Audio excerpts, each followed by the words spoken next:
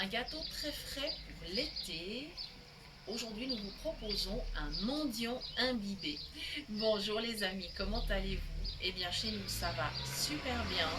Et voilà donc ce gâteau que nous avons testé maintenant à plusieurs reprises et il est vraiment délicieux. Donc, on va vous expliquer toutes les variantes et je précise bien que comme la préparation prend un peu de temps, j'ai préféré déjà bien avancer afin de faire une vidéo qui soit efficace mais pas trop longue. Je vais vous expliquer par contre toutes les astuces parce que du début à la fin, il y a plein d'astuces pour que ce gâteau soit vraiment super bon. Alors d'abord, un mendiant, attention, ça n'a rien de péjoratif. C'est un gâteau préparé à base de pain. Vous vous rappelez, il n'y a pas très longtemps, je vous ai présenté un gâteau aux pommes avec des restes de pain. Là, aujourd'hui, on va récidiver avec une nouvelle recette, mais qui est quand même un petit peu différente. Voilà, donc, on va commencer par le début. Au tout départ, il faut bien sûr avoir des restes de pain qui commencent un petit peu à sécher, même qui sont secs, hein. D'ailleurs, il n'y a aucun problème à ce niveau-là. Si vous n'avez pas de pain en suffisance, vous pouvez utiliser de la biscotte. Il n'y a pas de problème, que ce soit des pains biscottes classiques ou sans gluten. Ça se prête vraiment de la même façon, hein, d'accord? Donc il n'y a vraiment pas de souci. Voilà. Ensuite, ça peut être aussi les restes de brioche, de croissant, enfin tout ce qui a pu sécher et que vous pouvez réutiliser tant bien sûr que c'est bon et que ça n'est pas moisi, hein. On est bien d'accord qu'on n'utilise pas du pain qui a moisi. Ça peut être des restes de toast par exemple, ça aussi ça sèche extrêmement vite si c'est pas mangé dans un délai rapide. Voilà, donc difficile de vous donner des proportions, mais je vais essayer quand même à peu près.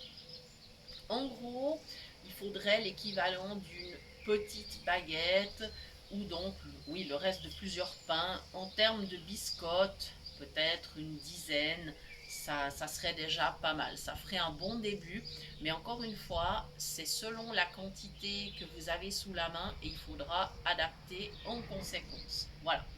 Donc, première étape, évidemment, ça va être de préparer du lait. Donc, entier ou demi-écrémé, pas de souci. D'ajouter environ entre 75 et 100 grammes de beurre dans le lait directement, hein. Et puis on va le chauffer afin que le beurre fonde et ainsi ça se mélangera vraiment très bien. Alors le lait, ce sera aussi, ma foi, selon la taille du gâteau, environ 3 décis, je vous dirais. Voilà, à peu près, hein. Ça peut être un peu plus, ça peut être un peu moins. Encore une fois, il faudra vraiment tester. Et je vais vous donner les astuces à ce niveau-là aussi pour être sûr que vous avez mis suffisamment. Ensuite, donc dès que ce lait est chaud, le lait et le beurre donc, on ajoute une petite pincée de sel parce que ça c'est la règle en pâtisserie. Et on va commencer à couper donc le pain sec avec un couteau. On va essayer de faire des petits morceaux. Plus les morceaux seront petits, mieux ils vont s'imbiber avec le lait chaud. Donc si vous faites des morceaux trop grands, ça prendra plus de temps. C'est faisable évidemment. Voilà, donc vous laissez bien tremper votre pain de sorte qu'il ramollisse complètement, que vous puissiez avec une fourchette écraser. Voilà. Ensuite, vous pouvez ajouter. Alors moi je vous propose de faire ce gâteau avec des agrumes. Donc ça peut être du citron, ça peut être de l'orange, ça peut être du pamplemousse. Voilà, tout ce qui est agrumes et qui vous fera plaisir. Vous pouvez même ajouter par exemple un petit peu de citron vert. Il n'y aura aucun inconvénient à le faire. Voilà. Donc il va falloir presser du jus, que ce soit donc citron, orange, pamplemousse, ce que vous voulez. Il faudra presser un petit peu de jus pour ensuite imbiber bien sûr le gâteau. Vous pouvez en ajouter d'ores et déjà un peu dans votre pâte. Alors attention, si c'est le citron, ça pourrait faire tourner le lait. Évitez. Par contre, si c'est l'orange, il n'y aura pas de problème. Voilà, vous allez ajouter selon vos goûts des raisins secs ou des fruits confits ou pourquoi pas d'autres fruits secs, ce qui vous évitera d'avoir à trop sucrer. Voilà, parce que le but aussi c'est de réaliser un gâteau qui ne soit pas trop sucré. Donc on va laisser, si c'est des raisins secs, on va les laisser se réhydrater également en même temps que le pain. C'est pour ça, comme je vous dis, ça prend un petit peu de temps. Une fois que les petits raisins ont gonflé ou les autres fruits, hein, vous pouvez prendre de la pomme séchée, de la mangue séchée, de l'ananas séché, enfin ce qui vous fait plaisir. Avec les dattes aussi, c'est délicieux.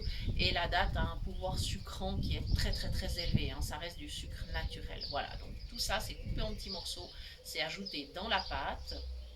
Encore une fois, selon vos goûts. La quantité, c'est aussi selon vos goûts et selon la nécessité que vous avez de sucrer ou pas. Vous pouvez ajouter un petit peu de sucre de canne, ce n'est pas obligatoire. Voilà. 3 œufs et vous allez bien bien bien mélanger. L'important, le fait d'avoir du lait qui est quand même chaud, ça va permettre aussi au pain ou aux biscottes de se ramollir assez rapidement. Voilà. On mélange bien tout, vraiment tout. Voilà. On amalgame tout ça. On met dans un plat qui va au four. Alors moi je préfère un plat qu'un moule à cake parce que honnêtement euh, c'est moins homogène qu'une pâte par exemple qu'on ferait pour un cake et ça cuira nettement mieux de façon beaucoup plus régulière dans un plat. Donc moi je le fais dans un plat anti-adhésif et ça se passe extrêmement bien. On met environ 40 minutes à 180 degrés. Voilà, on teste bien sûr en piquant légèrement avec le couteau pour savoir si c'est cuit. Si la lame ressort sèche, tout est ok. Ensuite, on sort donc le gâteau et maintenant ça va être la dernière étape. Moi j'ai réservé, voilà, j'ai le chat qui veut m'aider, c'est pas grave. J'ai réservé du jus d'orange que j'avais donc pressé. Donc vous pouvez le faire avec du jus de citron, jus d'orange. Voilà, vous pouvez faire un petit sirop si vous souhaitez, mais c'est même pas indispensable parce qu'encore une fois, on va pas vouloir sucrer trop. Si vous aimez, vous pouvez ajouter un petit peu d'alcool, rhum, kirsch, cognac, enfin ce qui vous ferait plaisir, liqueur à l'orange, limoncello si c'est du citron, enfin encore une fois vous êtes libre, ce n'est pas obligatoire du tout. Dernière astuce pour que la réussite soit vraiment au rendez-vous, on va piquer le dessus du gâteau avec une fourchette. Voilà, c'est ce que je suis en train de faire. Je pique vraiment partout, sur toute la surface, ce qui permettra à mon jus de fruits bien, de bien imbiber le gâteau. Voilà. Ça pourrait être fait par exemple avec du jus de pomme aussi, hein, il n'y a pas d'inconvénient. Si vous utilisez du jus de pomme, jus de poire, jus d'ananas ou autre, par contre ne resucrez pas, hein. Ce sont des jus suffisamment sucrés déjà, c'est absolument pas la peine d'en rajouter. On veut vraiment rester raisonnable à ce niveau-là. Voilà, j'ai bien piqué mon gâteau. Je vais gentiment verser mon jus. Alors, pour vous donner un ordre d'idée, pour ce plat-là, qui me permettrait par exemple de faire un gratin pour environ 4 personnes, eh bien, j'ai mis 3 oranges pour la préparation du gâteau lui-même. J'ai zesté aussi, j'ai ajouté les zestes dans la pâte. Et il me restait 3 oranges que j'ai pressées donc pour maintenant imbiber mon gâteau. Ce que je vais faire. Alors, pendant cette opération-là, je vais essayer de me concentrer. Alors, ça va se répartir, hein. De toute façon, faites-vous pas trop de soucis, mais essayons quand même d'être réguliers. Et la dernière astuce, eh bien, ce sera de laisser un petit peu refroidir et après de mettre au frais quelques heures afin que ce gâteau soit très très frais. Pour le service, on peut accompagner avec des fruits, on peut accompagner avec de la glace, une compote, voilà, c'est comme on veut, ou le manger tel quel. Mais surtout, il faut bien bien le laisser refroidir. C'est bien bien meilleur quand c'est bien frais. Voilà, tout simplement ce gâteau.